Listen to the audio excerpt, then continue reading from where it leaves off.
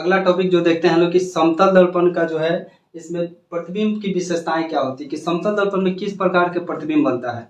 तो ये तो पता है कि समतल दर्पण हमेशा जो होगा काल्पनिक प्रतिबिंब बनाएगा, और जब काल्पनिक प्रतिबिंब बनाएगा तो प्रतिबिंब सीधा होगा कि उल्टा होगा। तो काल्पनिक प्रतिबिंब हमेशा क्या बनाता है, सीधा बनाता है। तो कुछ यहाँ पे बात बताया गया होगा किसके बारे में, समतल दर्पण के बारे में। तो यहाँ पे लिखा है कि समतल दर्पण द्वारा बना प्रतिबिंब आभासी वस्तु के आकार के बराबर तथा क्या होता है, सीधा होता है। यानी कि कोई वस्तु जितना उसका आकार होगा उसी आकार का जो होगा प्रतिबिंब भी उसमें दिखाई देगा, ना बड़ा ना छोटा, यानी कि बराबर दिखेगा। और कैसा दिखेगा, तो सीधा दिखेगा। ये ध्यान में रखना है कि समतल दर्पण द्वारा बना प्रतिबिंब जो होता है हमेशा जो है वस्तु के आकार का होगा, उसी के बराबर होगा और हमेशा सीधा दिखाई देगा। उसके बाद से देखना है कि समतल दर्पण द्वारा जो है बना प्रतिबिंब का पार्श्विक उत्क्रमण होता है। पार्श्विक उत्क्रमण का मतलब समझते हैं, जैसे कि आप शीशा में देखते होंगे, आपके घर पे जो भी आईना है सब क्या है, समतल दर्पण है। जब उसमें अपने जो है चेहरा को देखते होंगे तो जो दायां वाला भाग है वो बायां पक्ष में दिखता होगा, बायां वाला भाग जो है दायां में दिखता होगा। जैसे आपका जो है अगर कोई जेंट्स है और पॉकेट उनके दिख रहा होगा, तो पॉकेट जो है ये लेफ्ट में रहता है, लेकिन लेफ्ट में ना देख के उसमें जो होगा राइट में दिखेगा। ऐसा क्यों होता है, इसलिए होता है क्योंकि उसमें पार्श्विक उत्क्रमण होता है। पार्श्विक उत्क्रमण किसमें होता है, ये पूछ सकता है ऑब्जेक्टिव कि बताएं कि पार्श्विक उत्क्रमण जो होता है प्रक्रिया किस दर्पण में होता है। तो समतल दर्पण में होता है। इसमें लेफ्ट का राइट हो जाता है और राइट का क्या होगा, लेफ्ट हो जाता है। उसके बाद से देखना है कि अगर किसी वस्तु का पूरा प्रतिबिंब समतल दर्पण में देखना हो तो उसमें क्या होना चाहिए। अगर कोई भी वस्तु है, अगर आपको पूरा प्रतिबिंब यानी कि पूरा अपना इमेज देखना चाहते हैं, उसमें प्रतिबिंब देखना चाहते हैं, तो दर्पण को कितना होना चाहिए, उसका आकार कितना होना चाहिए। तो अगर मेरा जो है लंबाई जो है 5 फीट है, तो कम से कम जो है मान लीजिए कि 5 फीट लंबाई है मेरा, और किसी वस्तु को देखना है उसमें, यानी हमको देखना है 5 फीट लंबाई को, तो उसमें जो दर्पण को जो होना चाहिए कम से कम 2.5 फीट का होना चाहिए। तब हम अपना पूरा इमेज उसमें देख सकते हैं, नहीं तो नहीं देख सकते हैं। उसके बाद से जो होगा इसमें यही बात ध्यान रखना है कि यहाँ सब्जेक्टिव अगर पूछेगा कि बताएं कि समतल दर्पण में किसी वस्तु को देखने के लिए उसकी लंबाई, समतल दर्पण की लंबाई कितनी होनी चाहिए, तो उस वस्तु की आधी, कम से कम आधी होना चाहिए। उससे ज़्यादा हो रहा है तो कोई दिक्कत नहीं है। उसके बाद से देखना है कि वस्तु का प्रतिबिंब दर्पण के पीछे बनता है। ये बात तो ध्यान में ही रखना है कि वस्तु का प्रतिबिंब हमेशा कहाँ बनेगा, दर्पण के पीछे ही बनेगा। फिगर भी बनवाए थे तो दर्पण के पीछे ही बनवाए थे। उसमें बताया गया था कि फिगर जो होगा आपका जो है दर्पण के पीछे बन रहा था। और साथ में ये भी देखना है कि अगर किसी वस्तु का हम लोग प्रतिबिंब देख रहे हैं समतल दर्पण में, तो ये पीछे तो बनने करेगा, और जितना हम उससे मिरर से जितना आगे पे है प्रतिबिंब उतना ही पीछे पे बनेगा। जैसे मान लीजिए कि यहाँ पे जो है आपका दर्पण है और इस दर्पण से हम 2 फीट के दूरी पे है, तो उसमें प्रतिबिंब हमको जो दिखाई देगा उस दर्पण से 2 फीट दूर पे दिखाई देगा।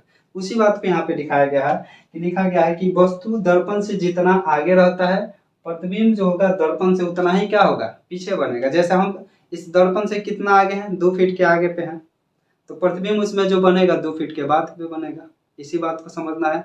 ये आपका समतल दर्पण में जो है उसकी कुछ प्रतिबिंब की विशेषताएं थी, इसको जो है बढ़िया से पढ़ लीजिएगा, क्योंकि इस पे ऑब्जेक्टिव बनाते हैं, पूछे भी जाते हैं ऑब्जेक्टिव।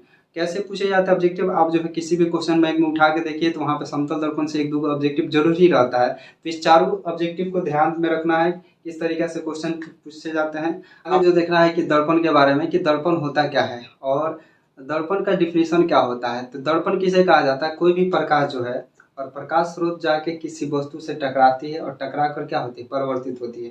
तो हर एक वस्तु से प्रकाश स्रोत जाकर टकरा कर परिवर्तित होती है। लेकिन इसमें ये भी ध्यान रखना है कि जब क्या होगी कि किसी चिकनी और चमकीली सतह पे प्रकाश क्या करेगी, पड़ेगी, और पड़ने के बाद वहां से टकरा कर वापस लौट जाएगी। ये तो घटना जो है सब में होता है, हल्का फुल्का सब में होता है। लेकिन यहाँ पे क्या होगा, एक भाग इसका जो है रस्तित किया गया। रस्तित का मतलब क्या होता है, कलई, जिसे हम लोग कहते हैं सिल्वर। जो भी अपने घर पे जो है कभी आईना फूट उठ गया होगा तो उसमें देखिएगा तो पीछे एक कलई किया गया रहता है, पेंट टाइप में रहता है, उसी को हम लोग क्या कहते हैं, रस्तित कहते हैं या सिल्वर्ड कहते हैं लोग। तो जब सिल्वर्ड किया गया होगा या रस्तित किया गया होगा, उसी को हम लोग क्या कहेंगे, दर्पण कहेंगे लोग। तो दर्पण होता क्या है कि जब प्रकाश की किरण जो होगी या प्रकाश स्रोत होगा तो किसी वैसे वस्तु पे पड़ेगा या किसी चिकनी और चमकीली सतह पे पड़ेगा, और पड़ने के बाद वो जो होगा परिवर्तित होगा। और परिवर्तित हो रहा है, इसके साथ ये भी देखना है कि क्या उसका भाग जो होगा कलई किया गया है कि नहीं किया गया है। जब कलई किया गया होगा तो उसे हम लोग क्या कहेंगे लोग, दर्पण कहेंगे लोग। अब यहाँ पे देखना है कि दर्पण जो होते हैं कितने प्रकार के होते हैं। तो दर्पण में देखिएगा तो गोलीय दर्पण होते हैं, समतल दर्पण होते हैं, और कौन सा होता है, परवलिक दर्पण होते हैं। गोलीय दर्पण, ऐसा ध्यान रखिए कि गोलीय दर्पण फिर पूछता है कि गोलीय दर्पण किसे कहते हैं लोग, समतल दर्पण किसे कहते हैं और परवलयिक दर्पण किसे कहते हैं। तो ये थोड़ा इस सब के बारे में समझ लीजिए, समतल दर्पण और परवलयिक दर्पण। उसके बाद से हम लोग को गोलीय दर्पण के बारे में पढ़ना है और इसमें विस्तार रूप से गोलीय दर्पण के बारे में ही पढ़ना है। समतल दर्पण क्या होता है, तो वैसा दर्पण जिसका जो है परावर्तक सतह क्या हो, एकदम समतल हो। जिस दर्पण का परावर्तक सतह समतल होगा उसे हम लोग समतल दर्पण कहेंगे लोग। यानी कि हम लोग का जो घर पे जो दर्पण होता है वो सारी जो है समतल दर्पण ही होती हैं। और परवलयिक दर्पण क्या होता है, तो वैसे दर्पण जो कि क्या हो, ये समतल नहीं होता है, ये न होता है कि पूर्णतः गोल नहीं होता है। तो जो दर्पण पूर्णतः गोल नहीं होता उसे हम लोग कहते हैं परवलयिक दर्पण। कोई कोई ऐसा दर्पण देखोगे जिसमें आपका फेस जो होगा इस टाइप में दिखता है, चपटा टाइप में दिखा देगा, एकदम एकदम जो है बड़ा, एक मुंह जो है एकदम छोटा हो जाएगा, नाक बड़ा दिखाई देगा, तो उस दर्पण को हम लोग कहते हैं परवलयिक दर्पण। तो ये समतल दर्पण हो गया, दूसरा क्या हो गया, परवलयिक दर्पण हो गया। अच्छा, गोलीय दर्पण क्या होता है, तो गोलीय दर्पण के यहाँ पे डिफिनेशन लिखा हो गया, दर्पण का परावर्तक सतह जिस खोखले गोले का क्या होता है, भाग होता है, उसी को हम लोग क्या कहते हैं, गोलीय दर्पण कहते हैं लोग। और ये गोलीय दर्पण दिखता कैसे है, एक ऐसे दिखता है, एक ऐसे दिखता है। यहाँ पे जो आपको दर्पण जो दिख रहा है, इस दर्पण को हम लोग कहते हैं अवतल दर्पण, इसे अवतल दर्पण कहा जाएगा। और इसे क्या कहा जाएगा, उत्तल दर्पण। अच्छा, अवतल दर्पण का डिफिनेशन क्या होगा, तो जिसका परावर्तक सतह क्या हो, धांसा। देखिएगा इधर जो है धांसा होगा, ये हो गया आपका अवतल दर्पण। और जिसका परावर्तक सतह क्या होगा, उठा होगा, उसे हम लोग क्या कहेंगे लोग, उत्तल दर्पण। जैसे कि अपने हाथ को देखिएगा, ये हाथ में ऐसे करिएगा तो ये धांसा हुआ है, तो इस दर्पण को, इस साइड को हम लोग कहेंगे लोग अवतल दर्पण। और इस साइड जो उठा हुआ भाग है इसे हम लोग क्या कहेंगे लोग, उत्तल दर्पण कहेंगे लोग। तो पूछता है कि गोलीय दर्पण कितने प्रकार के होते हैं, तो गोलीय दर्पण 3 प्रकार के।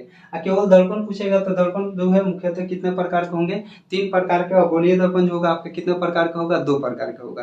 कौन कौन सा दर्पण, एक अवतल दर्पण और दूसरा क्या होगा, उत्तल दर्पण। अवतल दर्पण किसे कहते हैं, जिस दर्पण का परावर्तक सतह धांसा होगा उसे हम लोग क्या कहेंगे, अवतल दर्पण। और जिस दर्पण का परावर्तक सतह उठा होगा उसे हम लोग क्या कहेंगे, उत्तल दर्पण कहेंगे। तो डिफिनेशन आपको जो है यहीं से लिख लेना है कि जिस दर्पण का परावर्तक सतह धांसा है उसे हम लोग अवतल दर्पण कहेंगे लोग, और जिस दर्पण का परावर्तक सतह उठा हुआ है उसे हम लोग उत्तल दर्पण कहते हैं लोग।